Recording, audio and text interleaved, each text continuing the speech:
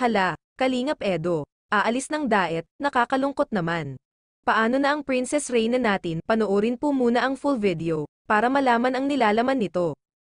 Mapagpalang araw mga kalingap, kabalen at kapwa ko OFW. Mega love shoutout po sa lahat, at sa mga Edrine community. Bago po natin simulan ang ating munting topic, pakisuportahan po natin ang mag-amang charity vlogger na si Kuya Val Santos Matubang at Kalingap Rab at isama na rin po natin ang mga Kalingap partner. Huwag po tayong mag-skip ng ads para marami pang kababayan na kapuspalad na matulungan. Isa sa mga masipag na scouter na si Kalingap Edo sa K-Boys tulad din ni Mr. Bente Boy na tahimik lamang at never itong nagka-issue. Marami ang humahanga dito sa napaka-humble nito. Minahal din ng tao dahil sa pagsuporta nito kay Reyna. Marami ang pinapakilig at pinapasaya, samantala, nakakalungkot ang balita kung sakaling mangyari ito. Aalis umano ng daet si Kalingap Edo at pupunta ng Davao del Sur para makatulong sa mga kababayan natin.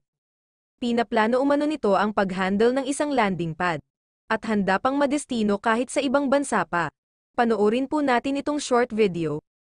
Ngayon, nag-usap kami, meron siyang plano, mga kaibigan, na humawak ng isang landing pad. Mayroon siyang plano, Kuya Bal. At ako sa Tito Bal. Di ba Tito ay ano yung uncle? Uncle. Tito, saan ang next landing pad? Yung fourth landing pad. Sabi ko, bakit kaya tanong mo Kalingap Edo yung fourth landing pad?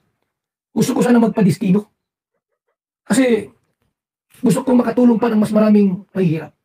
Ayaw kung dumami ang subscriber ko, tumaas ang views ko na basta ganun na lang. Na puro love team, good vibes, nakakalinga proud, nakadikit. Gusto ko namang tumayo upang makatulong sa mga pamilyang Pilipino naghihirap. Maganda ang mga plano ni Kalingap Edo, talagang nasa puso ang pagtulong. Naiintindihan naman natin ito, may goal ito, kaya suportahan na lang natin. Kaso, marami ang malulungkot at makakamis sa tambalan Edo at Reyna.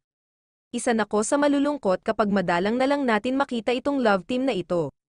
Dahil sa tulad kong OFW, sila ang nagiging stress reliever ko sa tuwing napapanood ko love team nila Reyna. Paano na lang mga kapwa ko viewers na talagang inaabangan sila, dito na ba matatapos ang pagpapakilig sa atin ng Edrine? Kayo mga netizens, ano masasabi nyo sa gustong gawin ni Kalingap Edo? Sa mga hindi pa nakapanood ng full video, pakibisita lamang po ang channel ni Kuya Val Santos Matubang. Kung nagustuhan naman po ang bidyong ito, paki-like, comment at subscribe. Maraming salamat po.